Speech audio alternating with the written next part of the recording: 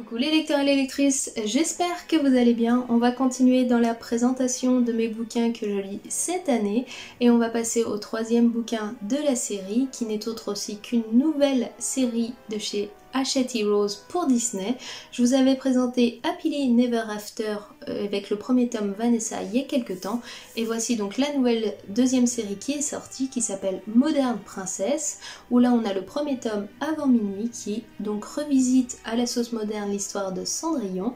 C'est écrit par Julie Morphy et vous pouvez donc le retrouver aux éditions Hachette Heroes en librairie pour 18 €. Le roman fait environ 425 pages, donc ça reste quand même une grosse lecture, mais c'est une histoire assez sympathique et une revisite de Cendrillon plutôt bien badass. Je vous lis le résumé et je vous en parle juste après. Avant minuit. Cindy adore les chaussures, un nœud bien placé et un talon travaillé, et elle se sent tout de suite elle-même. Si son obsession pour la mode est bridée par la difficulté de trouver des vêtements de marque en grande taille, elle trouve en revanche toujours chaussures à son pied. Son diplôme en design fraîchement obtenu, mais sans perspective d'emploi, la jeune femme retourne vivre chez sa belle-mère, Erika Tremen, productrice exécutive de la célèbre émission de télé-réalité Avant minuit. Lorsque des candidates se désistent à l'ultime minute, Cindy est propulsée sous les projecteurs.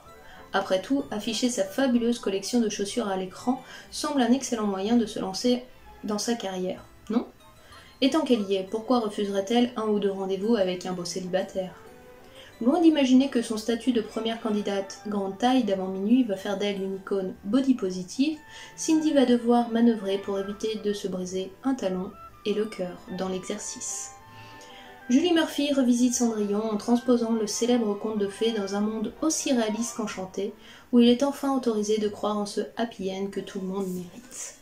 Vous l'aurez compris, notre Cendrillon n'est pas la petite jeune fille que l'on connaît, c'est une jeune femme très épanouie, mais effectivement avec quelques rondeurs, mais elle le vit très très bien.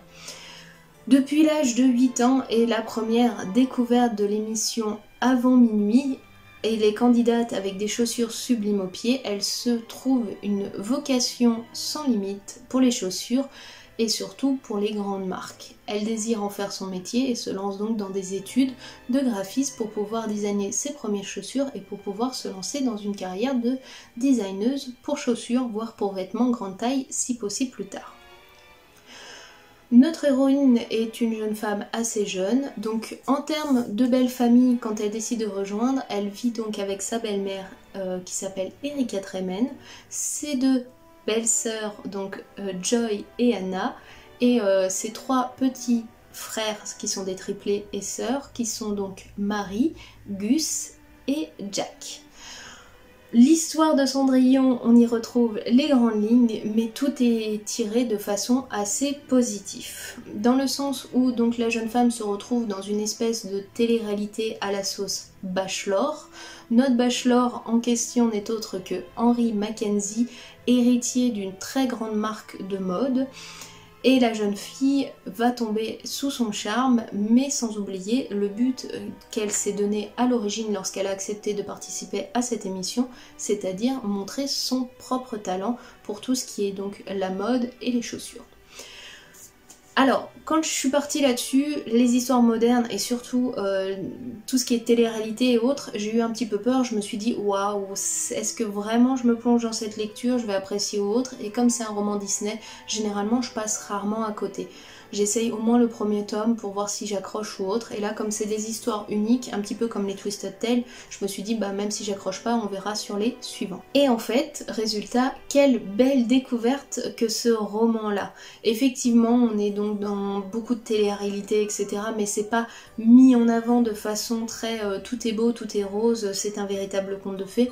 Non, non, on voit bien que tout est monté, préparé, scénarisé à l'avance, et qu'en fait les romances qui se créent n'ont rien de réaliste. Sauf que la jeune femme et le jeune homme vont faire une rencontre bien avant l'arrivée de la télé-réalité et le fait qu'elle y participe. Ils vont faire la rencontre dans l'avion qui la ramène elle donc de New York à chez sa mère à Los Angeles.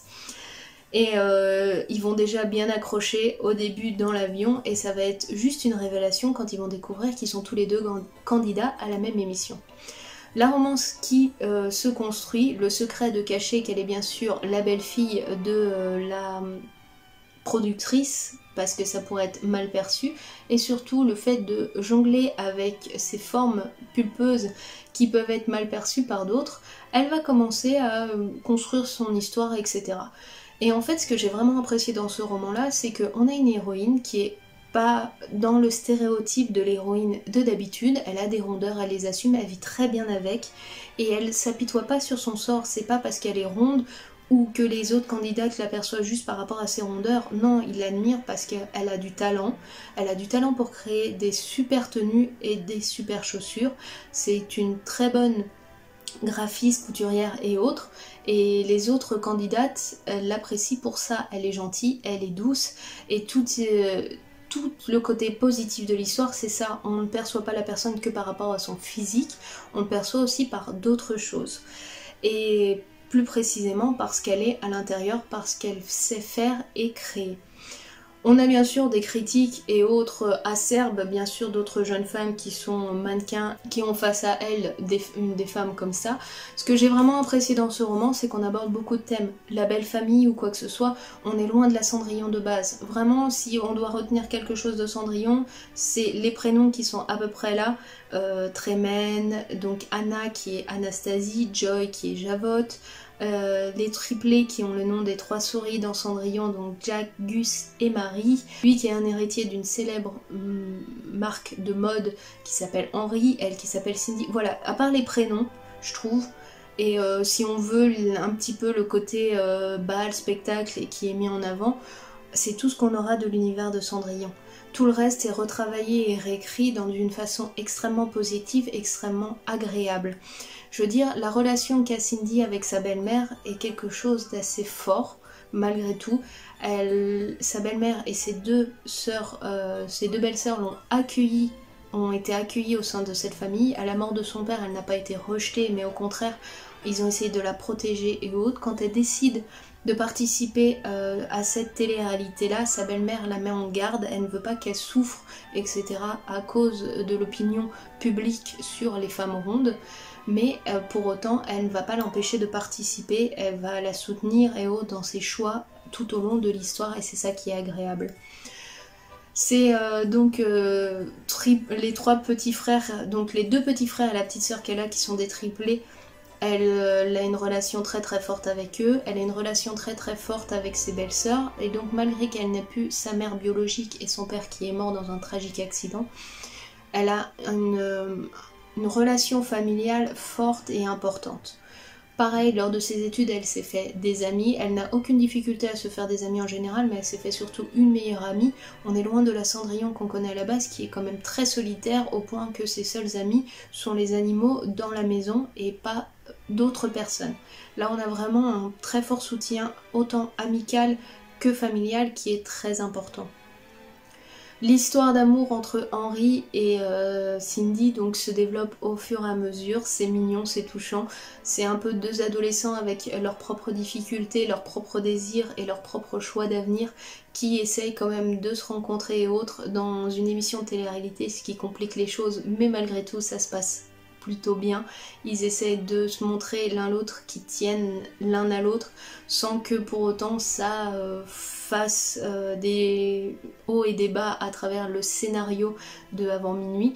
Et l'histoire est juste très très intéressante et très positive. On aborde beaucoup de thèmes importants, donc le physique d'une femme, comme quoi il peut être accepté malgré qu'il ne soit pas dans les normes sociétales.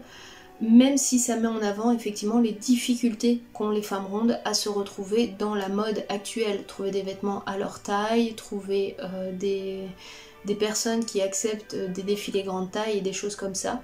Ça aborde aussi le côté personne transgenre, ce que j'ai bien aimé avec un personnage qui est juste adorable, donc qui est abordé sous le format de Yel, pas il ou elle, vraiment Yel, et ça j'ai trouvé ça assez sympathique, assez révolutionnaire, sans que ça soit trop lourd ou trop impliqué, juste ça met en place que c'est une personne normale dans un monde normal et qu'on peut l'accepter telle qu'elle est, même si elle ne fait pas partie de la norme sociétale. En fait, ce que j'aime beaucoup dans ce livre, c'est que c'est un livre inclusif. On inclut tout le monde, qu'importe ses formes, ses choix, ses travers et autres, tout le monde est accepté dans ce roman, qu'importe vraiment ses particularités privées. Dans cet univers, on a le droit d'être ce qu'on est et tel qu'on est et d'être accepté malgré tout. Et ça, c'est vraiment, vraiment très positif et j'ai adoré cette lecture. J'aurais pas parié là-dessus, mais j'ai vraiment adoré cette lecture. Donc si vous appréciez les écritures modernes de nos contes, si vous aimez le conte de Cendrillon, sa romance avec la chaussure et autres, vous devriez apprécier Avant minuit. Petit bémol sur la fin qui nous laisse un petit peu sur notre faim, mais ça je vous laisserai le découvrir à travers votre lecture.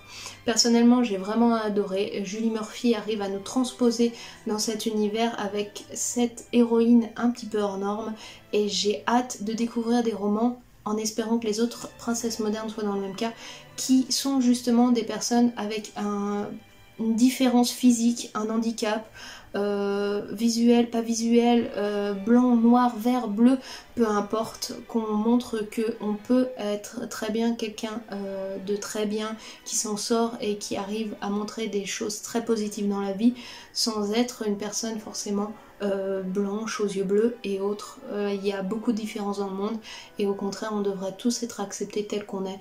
Et le reste devrait passer à côté parce que ça ne nous regarde pas et on ne devrait pas avoir peur de la différence. Et c'est vraiment ce que nous présente ce roman-là, donc bravo à l'autrice et bravo à cette lecture que j'ai beaucoup appréciée. Une belle petite romance autour de la mode et de la télé-réalité, même si c'est en phase derrière.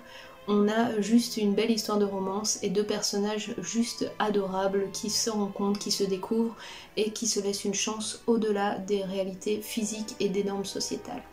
Donc je vous invite à découvrir Avant minuit de Julie Murphy aux éditions Hachette et Rose. Vous allez vraiment apprécier cette lecture si vous aimez l'univers Disney. On a des références mais c'est pas réellement un Disney, quoique ça pourrait être un film moderne Disney sans aucun problème. Une très belle romance et un beau roman inclusif de toutes les différences qui font que notre société est si riche et si belle.